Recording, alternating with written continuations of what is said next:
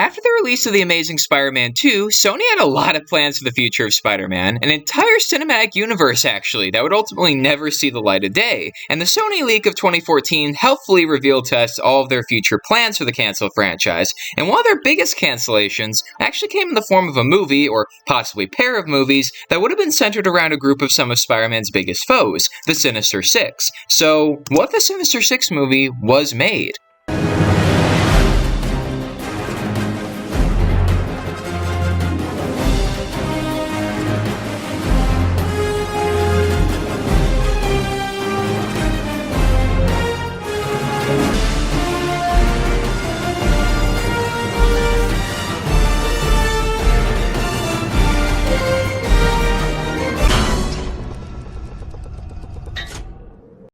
Now, unlike the previous movies in the series, Sinister Six actually would not have been directed by Mark Webb, but instead by Drew Goddard, the man behind The Cabin in the Woods. Mark Webb, however, would have remained involved as a producer, alongside Amy Pascal, Avi Arad, and Matt Tolmach, and it would have seemingly been written by Alex Kurtzman, Roberto Orci, and Jeff Pinkner. Now, something important to note is that Andrew Garfield might not have been playing Spider-Man in this movie. You see, he apparently no-showed an event that would have announced The Amazing Spider-Man 3, and he also repeatedly clashed with Amy Pascal over the future of this franchise, so Sony seemingly planned on letting Garfield go after he completed work on either The Amazing Spider-Man Craven or The Amazing Spider-Man 3, so in this movie, a new actor would have seemingly stepped into the role of Spider-Man.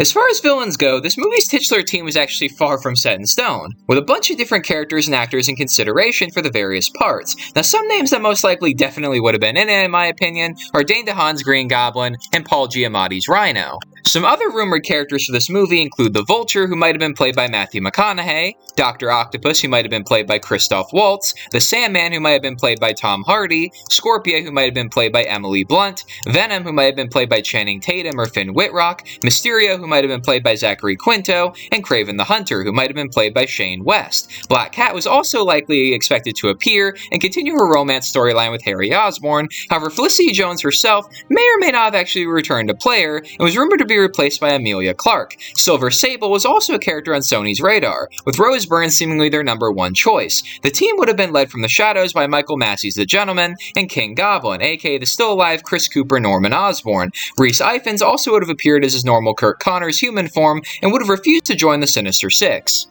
Shailene Woodley also seemingly would have reappeared as Mary Jane Watson, alongside Sally Field's Aunt May, though their roles in the plot would have been a lot more reduced due to Spider-Man not being the main character. Ned Leeds was also expected to appear, and possibly would have been played by Justin Chatwin. The Daily Bugle would have been heavily featured, and see J.K. Simmons return as J. Jonah Jameson, and debut his son John Jameson, played by Armie Hammer possibly.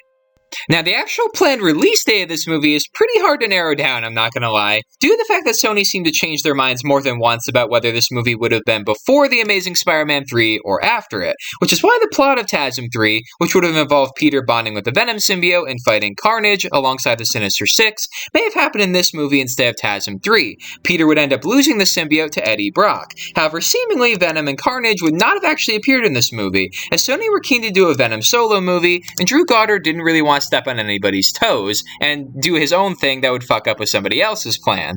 However, when they were still involved, the plan was to get Eddie Brock and Cletus Kasady bonded with their symbiotes to become Venom and Carnage, who Spider-Man and the Sinister Six would have to team up to defeat. Once the dust had settled, they would fight each other once again, and Spider-Man would defeat them, only for them to escape from prison and set up a Sinister Six 2.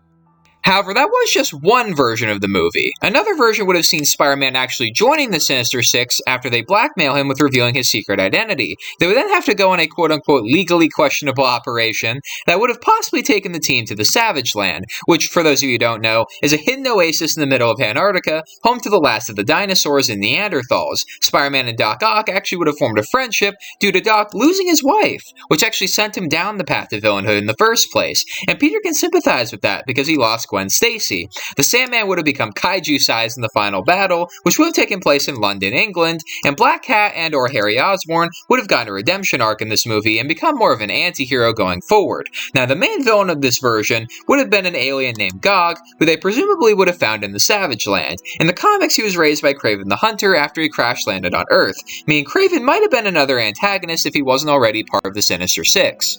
Ultimately, however, these plans never did come to fruition, as Sony instead decided to make a deal with Disney and Marvel Studios to share the film rights to Spider-Man, making him a part of the MCU and officially ending the Amazing Spider-Man franchise before Sinister Six could ever get off the ground. So what do I think of a Sinister Six movie? I have mixed feelings on it. I think it's a good idea as a concept. Like, I like the idea of a movie about Spider-Man's villains kind of teaming up against Spider-Man, or else possibly teaming up with Spider-Man to take out a larger threat like Gog. That actually sounds pretty cool. I love the idea of this movie being in the Savage Land, because Sony wanted to take Spider-Man out of New York City, and I agree that maybe New York was becoming a bit of a stale setting, I'm sorry, and getting him to a place that's never even been done in any of the movies before would have been really, really cool. The Savage Land is just such a visually stunning location, so it would have been really cool, especially with, you know, Spider-Man having to work together with Harry. And honestly, that's one thing I'm a little disappointed about. I kind of wanted to see more of Spider-Man and Green Goblin's feud develop as the movies progressed. You know, after he killed Gwen, you know, it would have been really interesting to see where the relationship would go from there.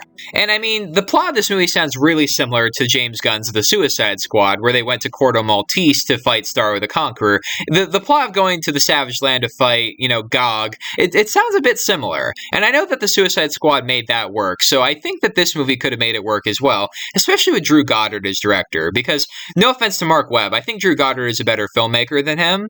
I'm sorry, I like Mark Webb. I think the first Amazing Spider-Man gets too much crap. I think the second movie is a visually stunning film, and I love 500 Days of Summer, so he's not like a bad director or anything. I just think Drew Goddard is better. I'm sorry, he just is, in my opinion. But here's the key thing about this movie that is stopping me from saying it would outright be a hidden gem.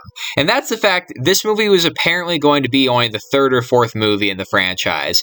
I just think that's too soon. Like, I think that this movie would have had to introduce a lot of characters, and it would have just made the same mistakes as The Amazing Spider-Man 2 and possibly The Amazing Spider-Man 3. I just think it would have tried to build up to too many things. It would have introduced too many characters, you know, just one movie. And I just think that it would have a bit of a hard time keeping focus on everything.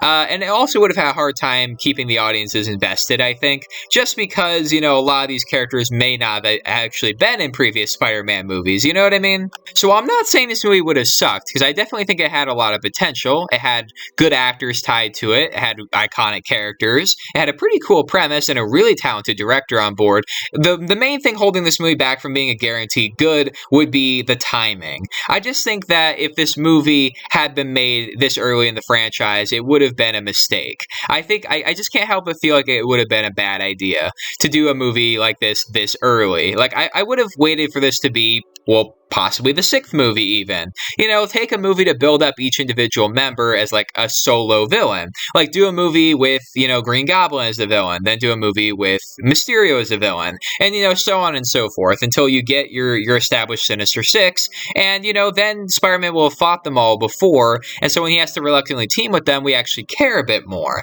And then we actually get to see him bonding with his villains in a weird way. I just think it would have been really interesting to see, but it's something that would have needed to be held off on for a really long time. Like, if it were me, I would have held off until like the late 2010s, early 2020s to do Sinister Six. But Sony were keen to do it, you know, as soon as possible, and that would have been a mistake. Well, it might have still been a good movie. Maybe they would have been able to handle it, because the Suicide Squad had to introduce a lot of characters, and it made that work. But this is a movie on a much larger scale, debatably, so I just don't know if it would be able to handle everything. But Drew Goddard was a talented filmmaker, and they had Sony's confidence, and possibly a lot of great actors involved and great characters involved, so it would have been interesting. Plus the fact that as a franchise, it would have been interesting because each Sinister Six movie could have changed up the roster, and that's what they were planning to do, is that the Sinister Six's roster would have been ever-changing. Like, Sinister Six 2 might have had a completely different lineup, which I think would have been pretty interesting.